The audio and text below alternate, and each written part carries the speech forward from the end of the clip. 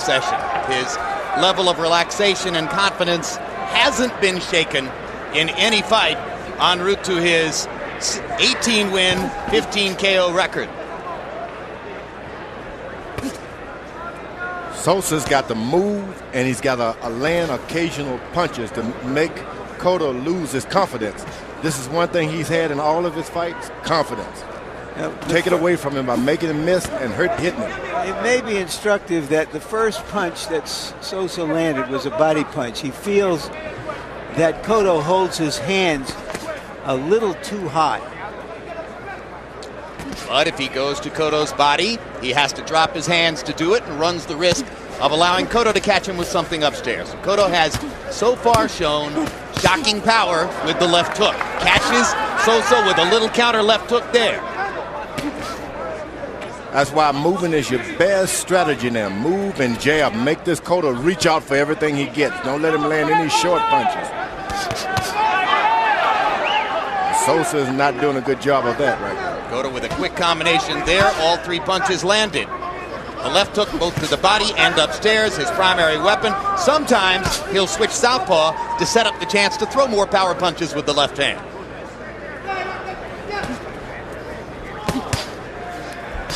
Good jab by Cotto.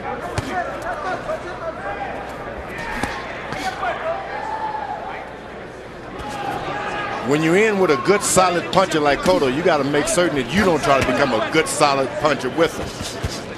Stay on the move. Make them reach out for everything they get.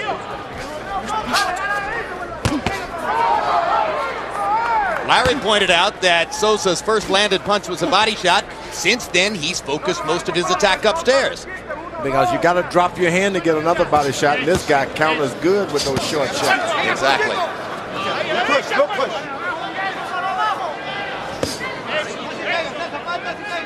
One of the things that makes Cotto such an effective counterpuncher is his balance. His feet are always seemingly in excellent position for him to get something on the punch, George. That's right, because the fighters don't make him reach out. Make him stay a little bit out of his range. Jab him and get out of his range. Make him reach out and miss you.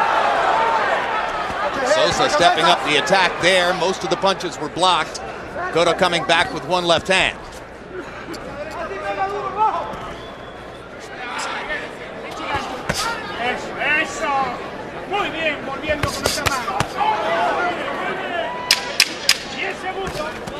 First time Sosa looked to see what damage he had done.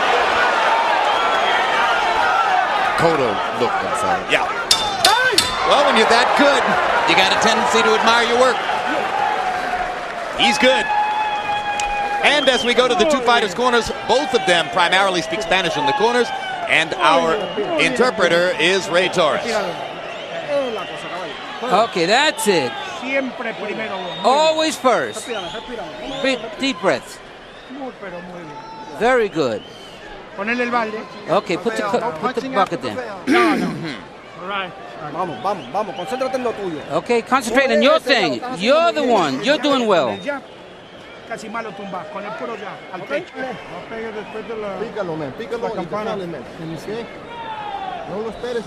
Don't wait for him.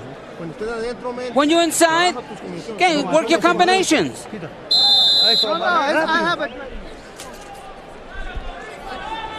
Looks as though there's already a trickle of blood inside Victoriano Sosa's mouth.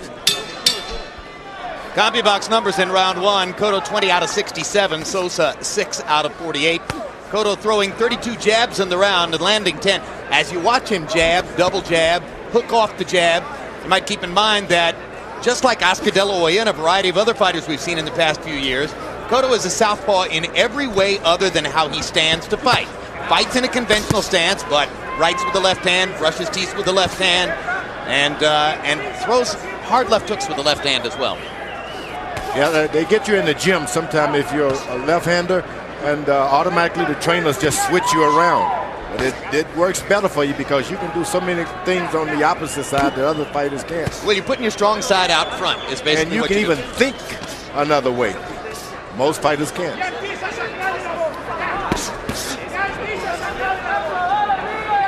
Sosa hasn't done a good job of moving his legs. He's taller. He hasn't used his reach Right hand over the top, cleanly landed by Cotto. Sosa has flurried on a few occasions and then receded from his activity as Cotto has countered with blasts of his own. Now Sosa picks up the movement a little bit.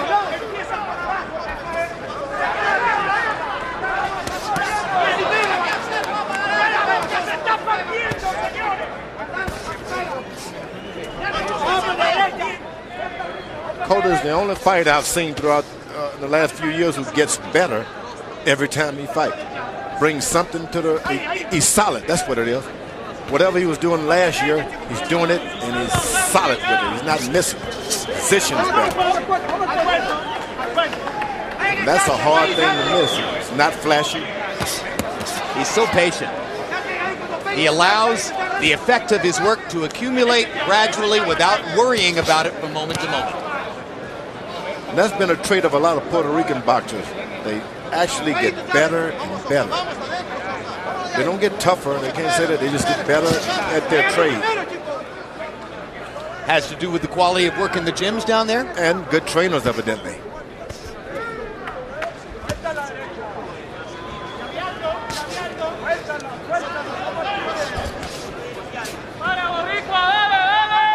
Cotto's trainer is his father, Evangelista Cotto, but he has tremendous second man, Miguel Diaz, working in the corner as well. Hard right hand by Sosa. Backs Cotto up. It was a good move, but yet again, you don't want to get into a punching match with a puncher. And Cotto goes immediately to the body of Sosa, trying to punish him a little bit for the big shot that Sosa landed upstairs.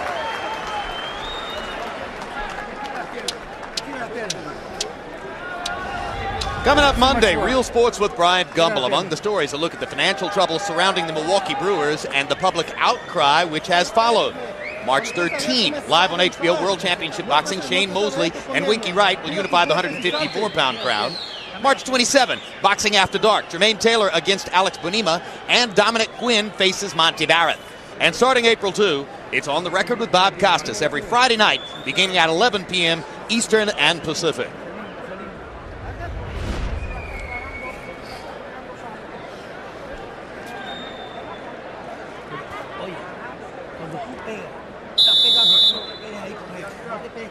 Getting ready for round 3 of Miguel Cotto against Victoriano Sosa. Already, after 18 professional fights, the 23-year-old Cotto from Puerto Rico has moved up to the #1 spot in one world governing body's ranking list, closing in on a potential title shot at 140 pounds, where the kingpin of the division is Costa Tzu, and Costa Tzu may realistically only have a handful of fights left in his career, if that.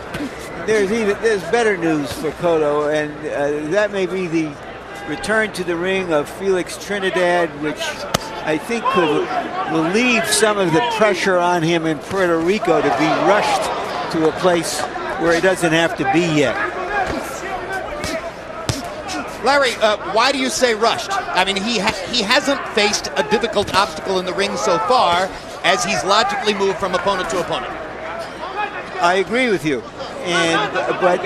But the pressure could grow from the fans there who want to see their next star, and he should be moved on this deliberate pace against better and better fighters, as he is tonight, before he takes on a significant guy in his division. It'll just prepare him not just to fight a top guy, but to beat a top guy. I think if he gets past this guy, some good grades, it's not like there's anyone out there can beat him. This guy's solid. This will be a challenge for him. That's a big if. Do either of you think there's any chance that Costa Tzu's people would ever risk their fighter against a rising young talent like Cotto? Well, if they could make enough money, you know, and they would say, make one huge payday and go home. That left hook hurt Sosa. Tremendous left hook. Up and under by Cotto, and Sosa badly hurt by the punch, as Larry said. Now you'll watch Cotto's finishing skills. A minute left to go in the round. And see the patience of the young fighter as he sets up, throws the jab, just keeps talking. He's got his fella in trouble, and he hasn't gotten wild yet. That's going to be the test. Can you just go back to the basics and finish this guy without getting wild?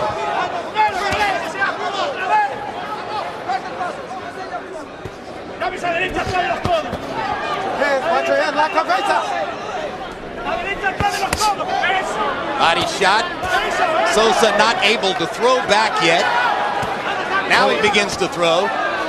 Cotto did not abandon the body, although he has his man hurt.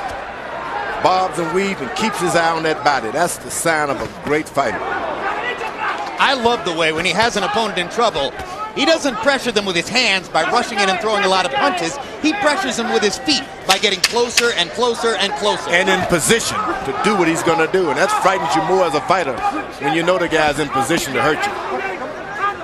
Almost landed the right hand shot inside. Miguel Cotto with a dominant round against Victoriano Sosa. There's the left hook that really hurt Sosa in the middle of the round. You know, earlier in the previous round, Sosa hit Cotto with a crisp left hook. But as you can see, when the bigger man lands, it has a more significant impact. Let's go. Yeah, you got to be calm. You cut the ring and don't get crazy there. Spit your water out.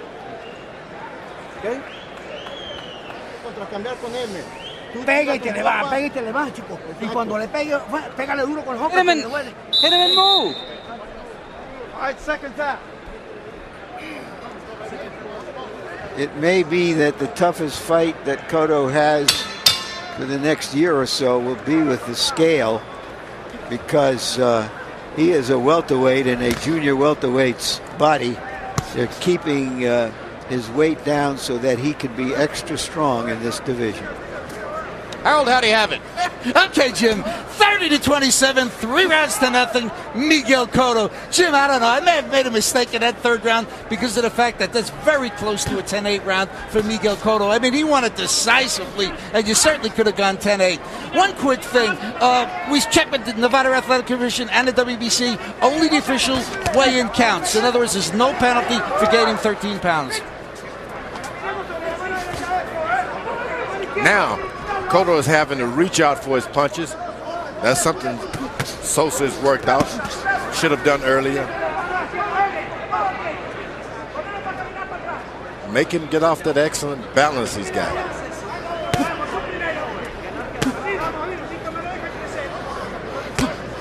What kind of adjustment could Sosa make at this point, George? Never too late to get on put your boxing shoes on, stay out of range. You jab. When you're not jabbing, stay out of it. If you're not punching him, don't let him touch you. Sosa decided to try the opposite, go in and attack and pressure Cotto, and that's what he got in return via counter punches. Don't punch with punches. Don't even try it. Don't go there. Well, he went to the body effectively, and the problem was he stayed in there a beat too long, and he caught something in return. He caught that left hand on the uppercut again. Look at the bravery of Sosa trying to fire his way out of this thing. Dangerous as he just throws and throws. Cotto picking his spots, though. Cotto is determined to stay in the body. That's wonderful.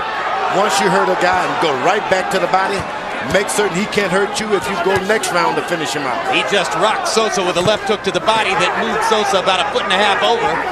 That Sosa is determined to mix it up. Is he brave or what? He is brave.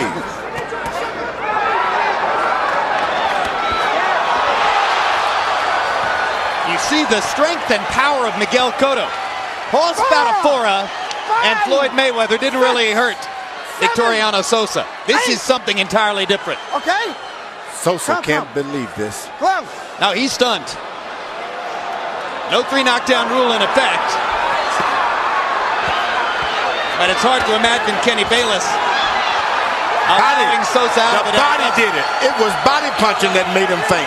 George, what a performance. This guy is the #1 contender in the world right now. Doesn't matter who it is. I would, if I was a betting man, I'd put my money on Cotto. Miguel Cotto has tremendous skills, great presence, Patience. enormous control of himself in the ring. And, you know, we said it at the beginning. Larry mentioned it. I said it. That guy's 23 years old. How many times do you see maturity like that? I thought they were just setting him up. You know, Bob Arum, feed him. The guy's good. Yeah. Oh, no, he's good. Do He's we the real need an thing. interview?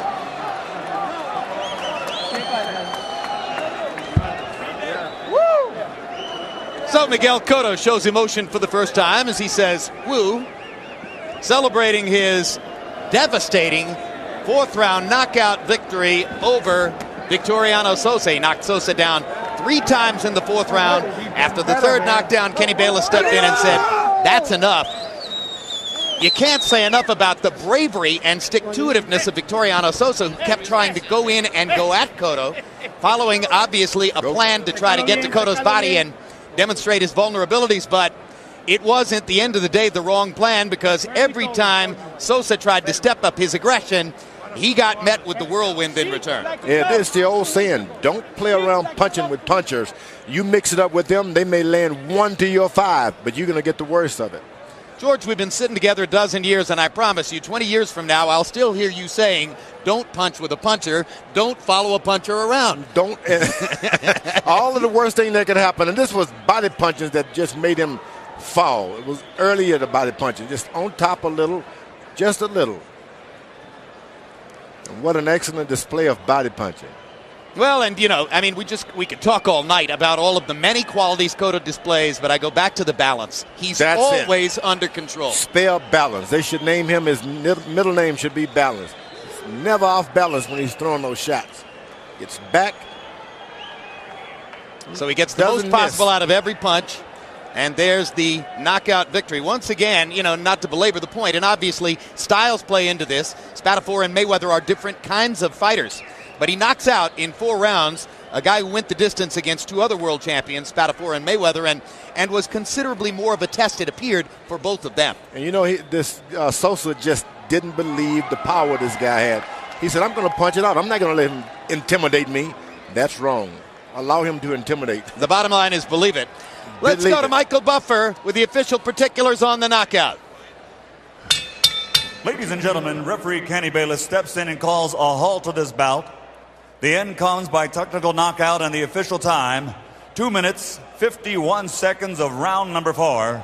The winner, still undefeated, still the WBC International Super Lightweight Champion, Miguel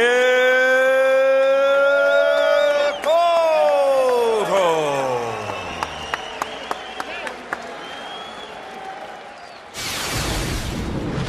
Final CompuBox numbers, and you can see that this was a wipeout as Cotto landed 4 times.